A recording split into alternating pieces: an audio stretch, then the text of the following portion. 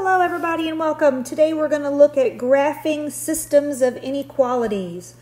So if you've been graphing some inequalities, you've probably talked about when you have a greater than or equal to, you're shading above your graphed line. If you have a less than or equal to, you're shading below. You've probably talked about when you've got the equal to included that you have a solid line, or when it's just the inequality symbol with a greater than or less than without the equal to, you're making a dashed line. We're going to put all of that into practice here. We're going to take both of these inequalities that you see here and we're going to put them in the same coordinate plane. So let's start here. I'm going to color code the lines to match the equations. So our first equation says y is greater than or equal to 1/4 x minus 2. So I'm going to start at -2 with my y-intercept, and then I'm going to plot a couple of points. So my slope is 1/4, so I'm going to go up 1 and right 4. Now I can't do that again on that right side because I've run out of room, but I can reverse both of those movements and instead go down 1 and left 4. So I'm going to go back to my y-intercept. I'm going to go down 1 and left 4.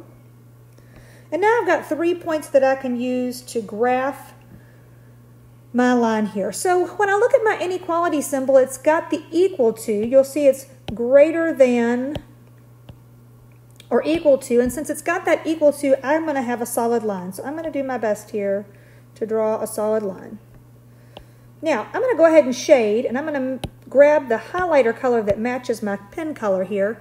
Since it's greater than or equal to, I'm going to shade above my line. So I'm just going to take my highlighter tool, and I'm going to go back and forth here to shade above this line. It doesn't have to be perfect. We're just trying to get an idea of where the solution to this inequality. Any point that I would pull up here would be a solution to this inequality. So now I'm going to switch colors because I'm going to go to my second inequality. And it says y is less than -2x plus 5. So I'm going to start at +5. That's my y-intercept. The -2 is my slope, and that means I go down 2 and right 1, down 2 and right 1, down 2 and right 1. I can do this all the way down here till I get to the bottom of my graph.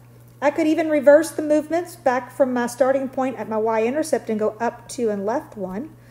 But I can see that I've got my points there. Now, my inequality symbol is less than. There's no equal to. You'll notice here it's just less than. So since it doesn't have an equal to, it's going to have a dashed line. And that means that the points are not included in the solution that sit on that line. It's going to kind of look like Morse code with dots and dashes, and that's okay. So there's my second equation or inequality. And I'm going to shade for this one, again, using the same color. And since it's less than, I have to shade below that line. So that's going to be everything on this side of the line. So let me go ahead and shade that with my highlighter. And you're going to start to see where the two shaded areas overlap. That is the solution to your inequality. So just to give you a couple of examples, I'm going to pull some points out of here that we can use that would be solutions to both inequality. So I can use the origin, point 0, 0. That is in the double shaded region. I could say, let's see, -4, +2. That point right here, there it is, that's in the double shaded region. There's the origin. I could even pick a point on this burgundy line. Since that line is solid, and I can see that the shaded region for the other line is overlapping that, I could say 0, -2. This point right here would be a solution as well.